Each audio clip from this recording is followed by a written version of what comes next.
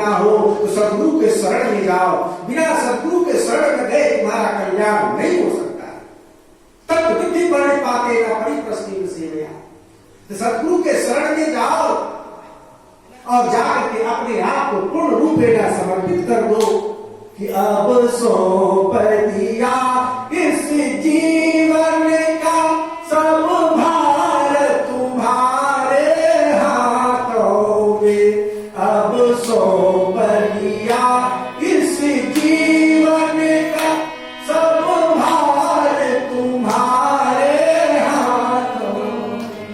है जीत तुम्हारे हाथों में और हार तुम्हारे हाथों में। है जीत तुम्हारे हाथों में और हार तुम्हारे हाथों में।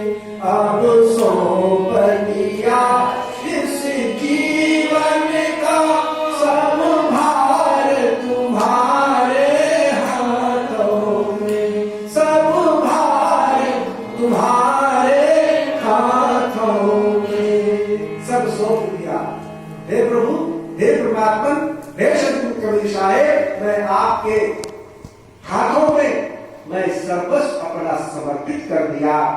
मेरा मुझमें कुछ नहीं, जो कुछ है सो छोड़ और तेरा तुझको सौंपता। क्या लागत है, मेरा क्या भाषा है, क्या है साहेब, जो कुछ है सो आपका ही है। आपकी कृपा आया, आपने कृपा की, बहुत बड़ी कृपा की कि 84 लाख योनियों में मैं भटक रहा था, गोते खा रहा था भवसागर में, और आपने इस बार कृपा करके ये सुंदर मानव का तड़ दे दिया। और मैं आपकी कृपा से आपके शरण में हूं, तो इस बार मेरी नैया को पार लगा देना। तो इस बार यदि मेरी नैया पार नहीं लगी, अब की पासा ना पड़े तो फिर 84 फिर 84 जाना पड़ जाएगा साहेब। बहुत दिनों से भटका हूं, धोखा खाया हूं जीवन में।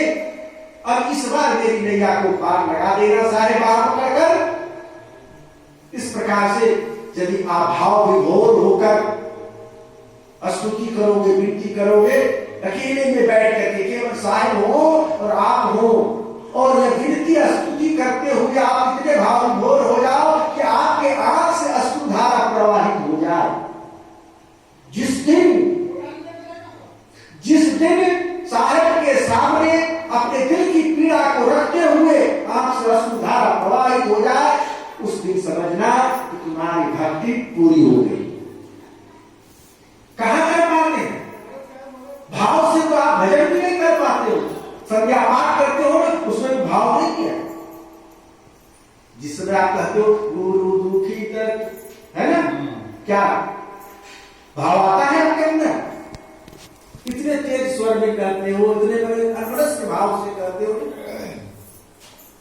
गुरु दुखी तक तुम्हें भी ना प्रकट द्वारे प्रकट दर्शन दीजिए। इस वाक्य में इतना भाव हो, भाव विभोर होकर आपके आंख से अश्रुधारा स्वाभाविक प्रभावित हो जाए, तब समझो वास्तव में आपने साहब को अपनी अर्जी लगाई, अपना दुखड़ा सुनाया। तोता रटंत की तरह बोलते चलेंगे रटते बोलते। आज प्राय यही हो रहा है।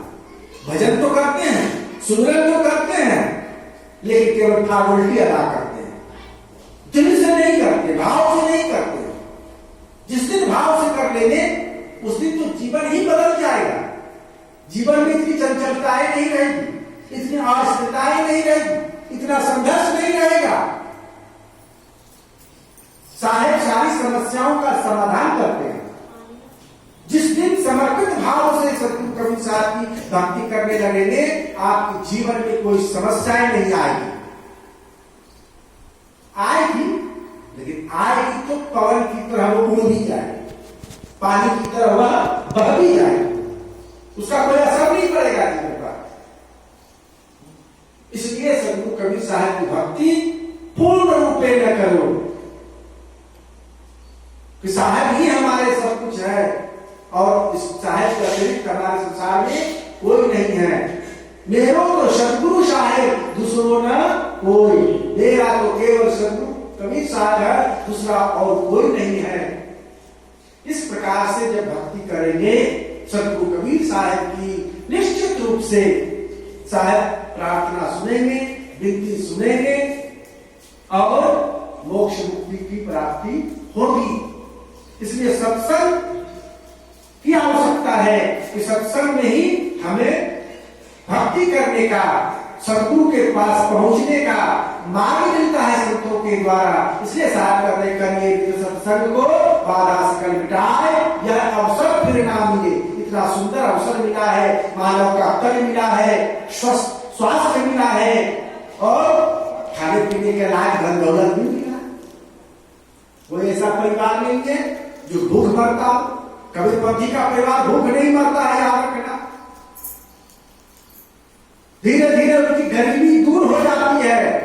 गरीब से गरीब व्यक्ति जिसको कर खाने का ठिकाना नहीं है, वो कबीरपंथी में आकर देखे, साहब को समर्पित होकर के देखे, उनकी सारी गरीबी मिट जाएगी। भोजन की कमी नहीं रहेगी, वस्त्र की कमी नहीं रहेगी, आवास की कमी नहीं रहेगी। दिन दुगनी रात चौगुनी वो तरक्की करता रहेगा। जो सदगुरु कबीर साहब के चरणों में पूर्ण रूप में समर्पित होकर आते हैं, उनकी सारी दुख दरिद्रता दूर हो जाती है।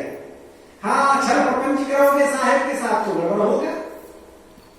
कंठी खाली ले लिए, नाम दान ले लिए और कभी नाम का सुमरण नहीं करते हो, भजन नहीं करते हो, तब तो वह गड़बड़ होगा। इसलिए बहुत ही सुंदर शुभ अवसर हनुमान साहब ने हम लोगों को प्रदान किया।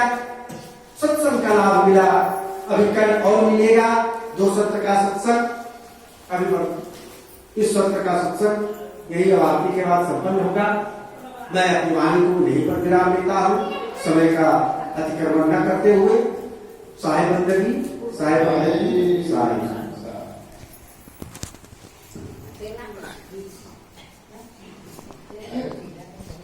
अभी हम स्कूलों में